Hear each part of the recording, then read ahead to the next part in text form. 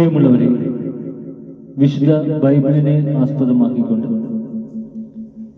ഞങ്ങൾ സംപ്രേഷണം ചെയ്ത ഒരു ചാനലാണ് ബൈബിൾ വചനങ്ങൾ എന്ന ഈ ചാനലിൽ കൂടി വിശുദ്ധ ബൈബിളിലെ പഴയ നിയമത്തിലെ ഉൽപ്പത്തി പുസ്തകം മുതൽ പുതിയ നിയമത്തിലെ വെളിപാടിന്റെ പുസ്തകം വരെയുള്ള എല്ലാ അധ്യായങ്ങളും ഞങ്ങൾ ഉൾക്കൊള്ളിക്കാൻ ശ്രമിക്കുകയാണ്.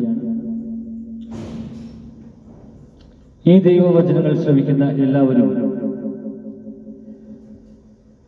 ലോകത്തിന് ശാന്തിയും സമാധാനവും ഉണ്ടാകാൻ വേണ്ടി ഈശ്വരനോട് പ്രാർത്ഥിക്കുക. അതോടൊപ്പം തന്നെ നിങ്ങൾക്ക് ഏവർക്കും ഈശ്വരന്റെ സൗഭാഗ്യം ഉണ്ടാകട്ടെ എന്ന് ഞാൻ പ്രാർത്ഥിക്കുന്നു. ഈ ചാനൽ കാണുന്ന എല്ലാവരും ഞങ്ങളുടെ ചാനൽ ഒന്ന് സബ്സ്ക്രൈബ് ചെയ്യാൻ മറക്കരുത്. കാരണം സബ്സ്ക്രൈബ് ചെയ്ത് താഴെ കാണുന്ന ബെൽ ഐക്കൺ ക്ലിക്ക് ചെയ്താൽ മാത്രമേ ഞങ്ങളുടെ തുടർന്നുമുള്ള അധ്യായങ്ങൾ ഉടനെ തന്നെ നിങ്ങൾക്ക് ലഭിക്കുകയുള്ളൂ. അതുകൊണ്ട് ഒന്ന് സബ്സ്ക്രൈബ് ചെയ്ത് താഴെ കാണുന്ന ബെൽ ഐക്കൺ കൂടി ക്ലിക്ക് ചെയ്യുക. നിങ്ങൾ എവിടെയും പ്രാർത്ഥന നിർഭരമായ സഹകരണം തുടർന്നും പ്രതീക്ഷിച്ചുകൊണ്ട് ഉൽപ്പത്തി പുസ്തകം 17-ാം അധ്യായം. പരിച്ഛേദം. ആദാമിന് 99 വയസ്സായപ്പോൾ കർത്താവ് പ്രത്യക്ഷപ്പെട്ട് അവനോട് അരുളി ചെയ്തു, സർവശക്തനായ ദൈവമാണ് ഞാൻ. എൻ്റെ മുമ്പിൽ വ്യാപരിക്കുക, കുറ്റമറ്റവനായി വർദ്ധിക്കുക. നീയുമായി ഞാൻ എൻ്റെ ഉടമ്പടി സ്ഥാപിക്കും. ഞാൻ നിനക്ക് വളരെയേറെ സന്തതികളെ നൽകും. അപ്പോൾ അബ്രഹാം സാഷ്ടാംഗം പ്രണമിച്ചു. ദൈവം അവനോട് അരുളി ചെയ്തു, ഇതാ നീയുമായുള്ള എൻ്റെ ഉടമ്പടി. നീ അനവധി ജനതകൾക്ക് പിതാവായിരിക്കും. ഇനിമേൽ നീ അബ്രഹാം എന്ന് വിളിക്കപ്പെടുകയില്ല, നിന്റെ പേര് അബ്രഹാം എന്നായിരിക്കും. ഞാൻ നിന്നെ അനവധി ജനതകളുടെ പിതാവാക്കിയിരിക്കുന്നു. നീ സന്താനഭുക്തിയുള്ളവനാകും. നിന്നിൽ നിന്ന് ജനതകൾ പുറപ്പെടും, രാജാക്കന്മാരും നിന്നിൽ നിന്ന് ഉത്ഭവിക്കും. ഞാനും നീയും നിനക്ക് ശേഷം നിന്റെ സന്തതികളും തമ്മിൽ തലമുറയായി എന്നേക്കും ഞാൻ എൻ്റെ ഉടമ്പടി സ്ഥാപിക്കും. ഞാൻ എന്നേക്കും നിനക്കും നിന്റെ സന്തതികൾക്കും ദൈവമായിരിക്കും. നീ പരദേശിയായി പാർക്കുന്ന ഈ കാനാൻ ദേശം മുഴുവൻ നിനക്ക് ശേഷം നിന്റെ സന്തതികൾക്കുമായി ഞാൻ തരും. എന്നെന്നും അത് അവരുടേതായിരിക്കും. ഞാൻ അവർക്ക് ദൈവമായിരിക്കുകയും ചെയ്യും. ദൈവം അബ്രഹാത്തോട് കൽപ്പിച്ചു, നീയും നിന്റെ സന്താനങ്ങളും തലമുറ തോറും എൻ്റെ ഉടമ്പടി പാലിക്കണം. നിങ്ങൾ പാലിക്കേണ്ട ഉടമ്പടി ഇതാണ്: നിങ്ങളിൽ പുരുഷന്മാരെല്ലാവരും പരിച്ഛേദനം ചെയ്യണം.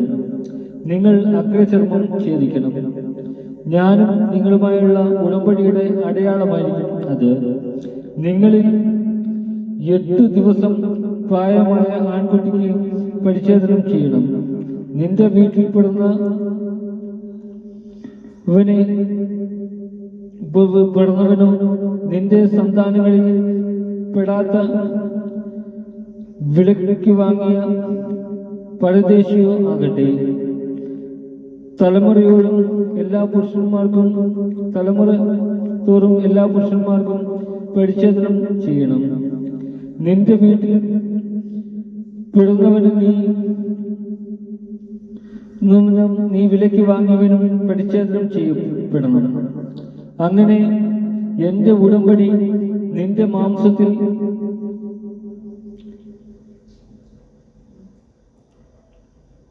ശാശ്വത ഒരു ഉടമ്പടിയായി നിലനിൽക്കും. ശാശ്വതമായ ഒരു ഉടമ്പടിയായി നിലനിൽക്കും. പരിച്ഛേദനം ചെയ്യപ്പെടാത്ത പുരുഷനെ നമ്മുടെ സമൂഹത്തിൽ നിന്ന് പുറന്തള്ളണം. അവൻ എൻ്റെ ഉടമ്പടി ലംഘിച്ചിരിക്കുന്നു. ഇസഹാക്ക്. ദൈവം അബ്രഹാത്തോട് അരുളി ചെയ്തു, നിന്റെ ഭാര്യ സാറായിയെ ഇനിമേൽ സാറായി എന്നല്ല വിളിക്കേണ്ടത്, അവളുടെ പേര് സാറ എന്നായിരിക്കും. ഞാൻ അവളെ അനുഗ്രഹിക്കും. അവളിൽ നിന്ന് ഞാൻ നിനക്ക് ഒരു പുത്രനെ തരും. അവളെ ഞാൻ അനുഗ്രഹിക്കും. അവൾ ജനതകളുടെ മാതാവാകും. അവളിൽ നിന്ന് ജനതകളുടെ രാജാക്കന്മാർ ഉത്ഭവിക്കും. അപ്പോൾ അബ്രഹാം കവിഴ്ന്നു വീണ് ചിരിച്ചുകൊണ്ട് ആത്മഗതം ചെയ്തു. 100 വയസ്സ് തികഞ്ഞവന് കുഞ്ഞു ജനിക്കുമോ? 90 എത്തിയ സാറ ഇനി പ്രസവിക്കുമോ?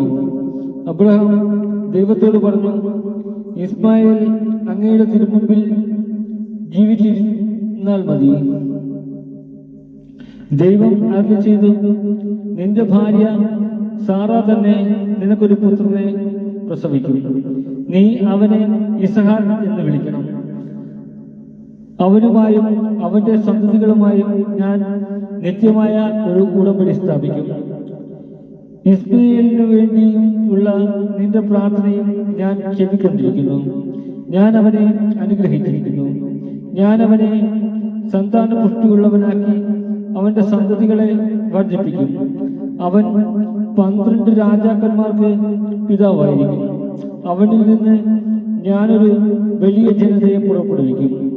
എന്നാൽ സാറായിൽ നിന്ന് അടുത്ത വർഷം ഈ സമയത്ത് നിനക്ക് ജനിക്കാൻ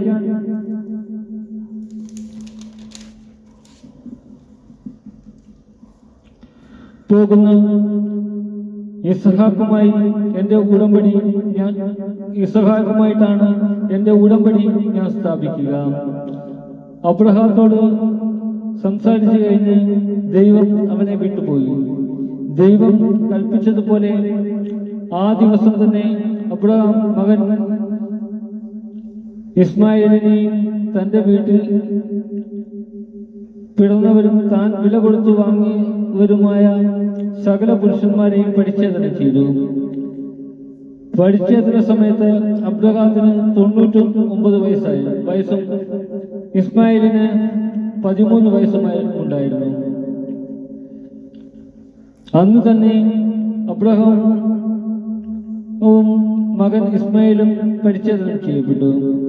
അബ്രഹാത്തിന്റെ വീട്ടിലെ എല്ലാ പുരുഷന്മാരും വീട്ടിൽ പിറന്നവരും പരദേശികളിൽ നിന്ന് വിലയ്ക്ക് വാങ്ങിയവരുമായ എല്ലാവരും അവരോടൊപ്പം പരിച്ഛേദനം ചെയ്യപ്പെട്ടു. നമ്മുടെ കർത്താവ്